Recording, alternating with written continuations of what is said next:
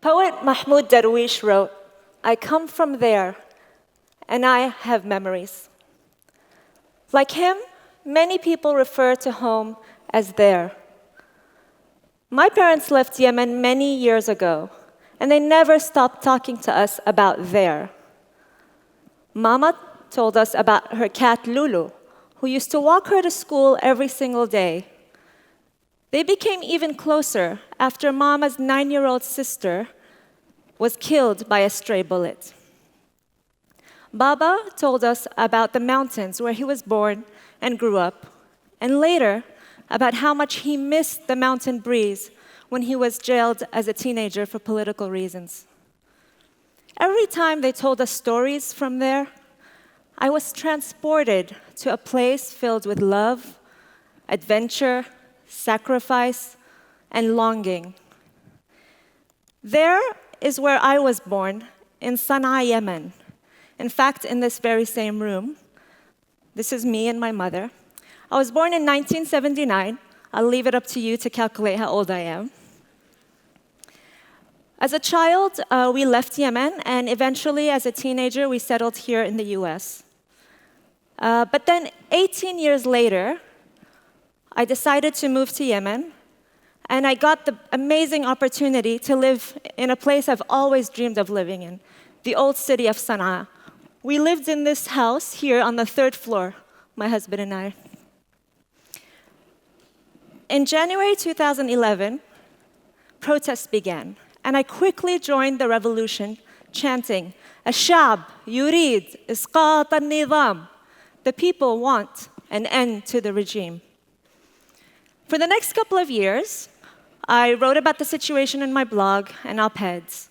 I documented human rights violations, interviewed many women in prison, and photographed way too many young, dead bodies.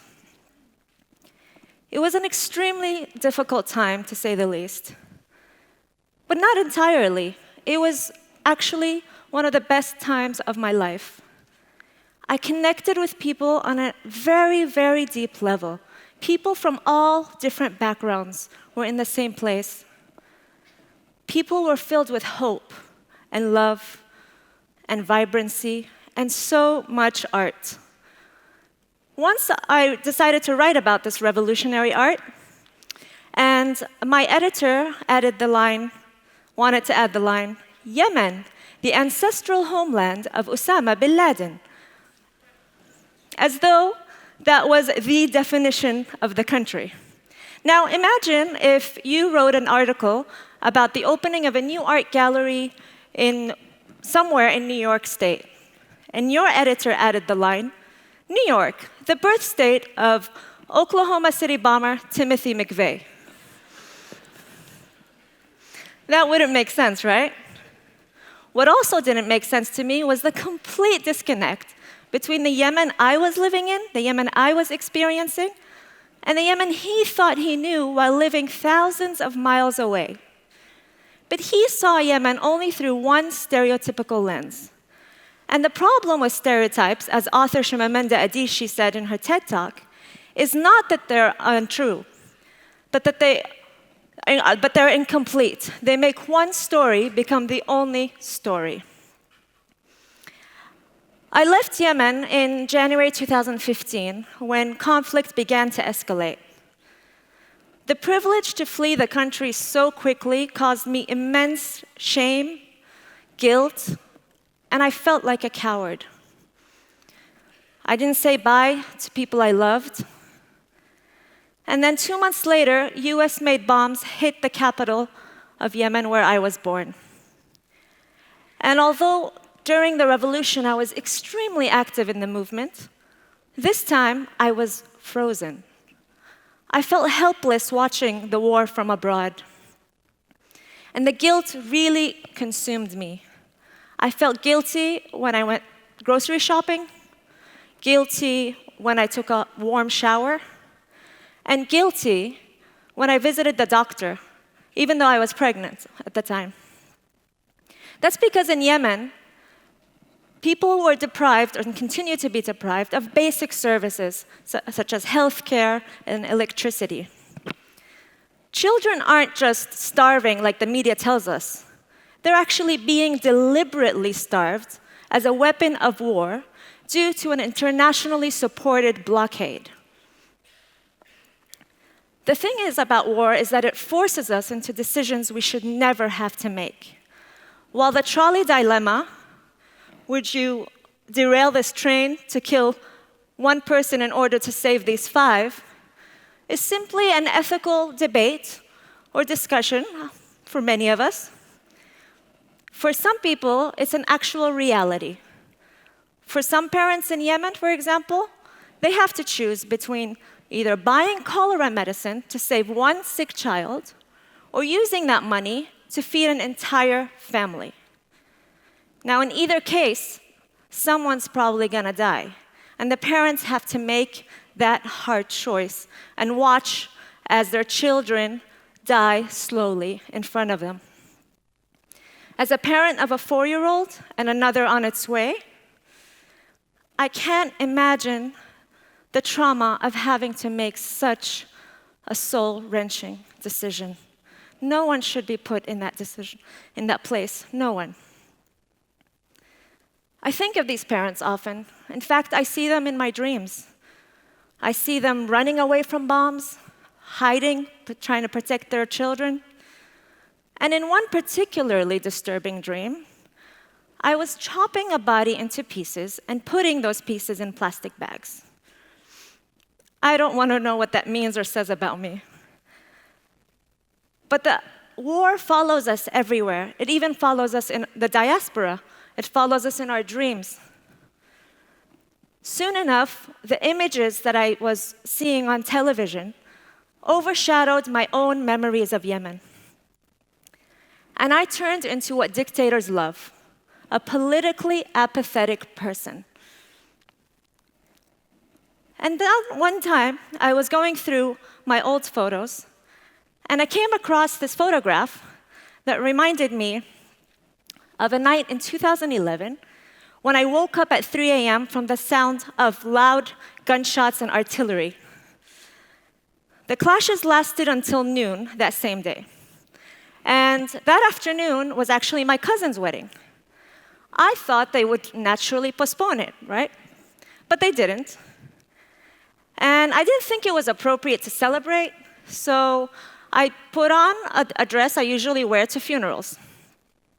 My aunt had a bright yellow dress, beaded, and when she saw me, she was horrified. I didn't have my hair done, I didn't have makeup on, my dress was, inappropriate for the wedding. And she quickly rummaged through her bag, found a red lipstick and some bracelets and handed them to me. And then I walked into the tent, and the music was blasting. يا بنات اليمن زفين. So many people were dancing, and I was appalled.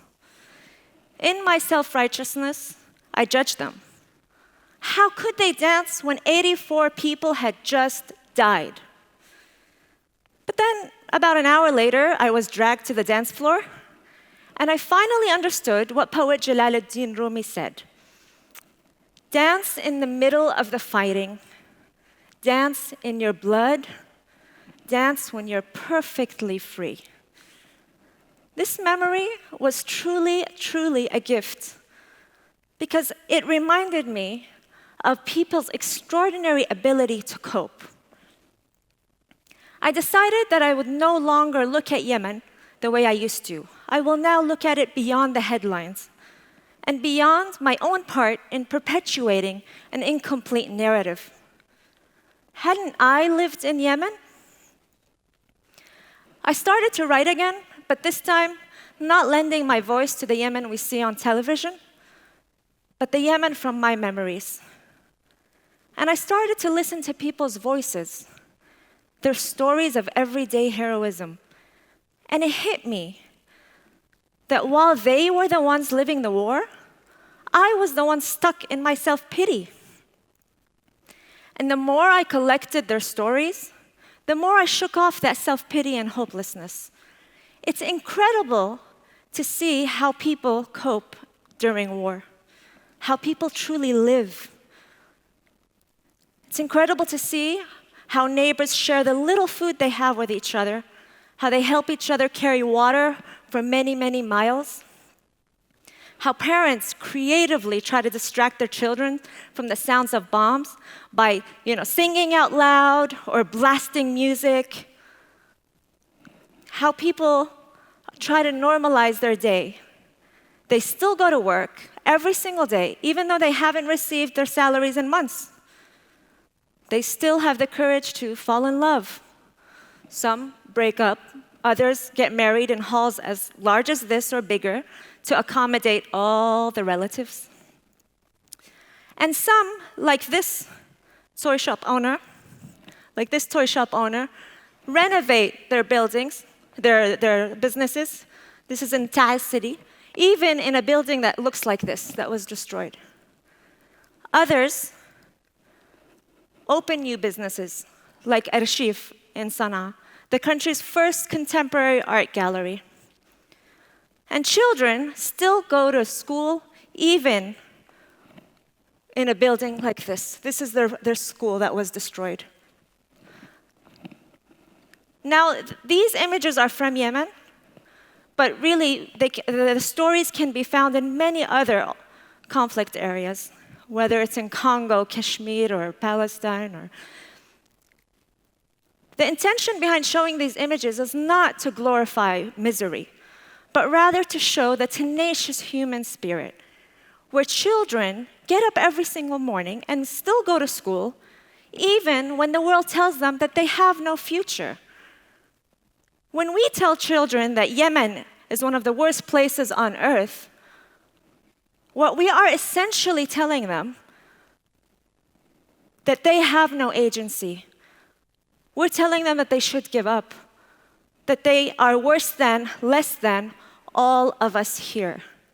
It's no wonder then that when immigrants from these countries are sometimes perceived as unable to contribute to society or destined to become a burden on it.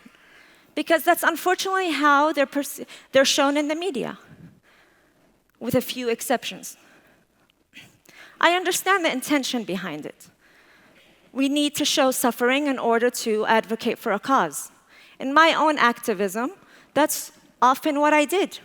And I still do that, but now I try to also show the other side.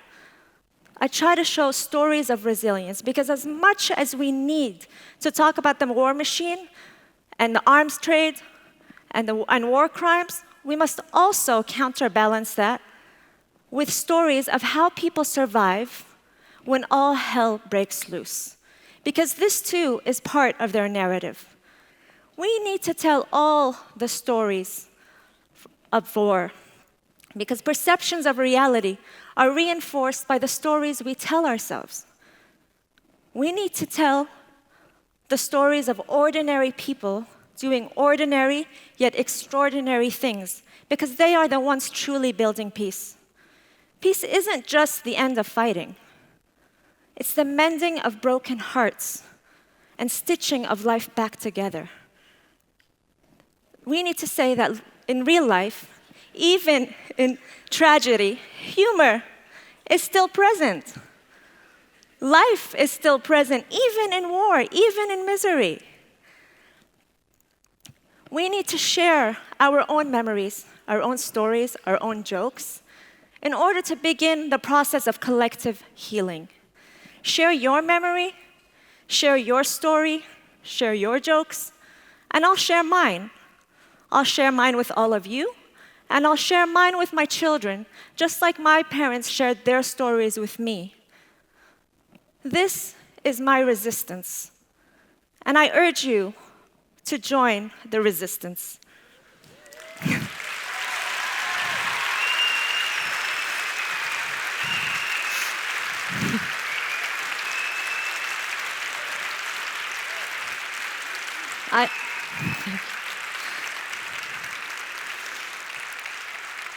I urge you to help us reverse humanity's negativity bias and our tendency to only focus on bleak events. In this chaotic world, it's truly an act of rebellion. It's truly radical to think of what could go right. I'm not saying invent something when you write. Just stop resisting that there may be other realities on the ground. And finally, let's talk about the other sides of war. In order to create a new narrative where people aren't defined by limitations, but rather endless possibilities. As author Amin Maalouf said, for it is often the way we look at other people that imprisons them within their own narrowest allegiances. And it's also the way we look at them that may set them free. Thank you very much. Thank you.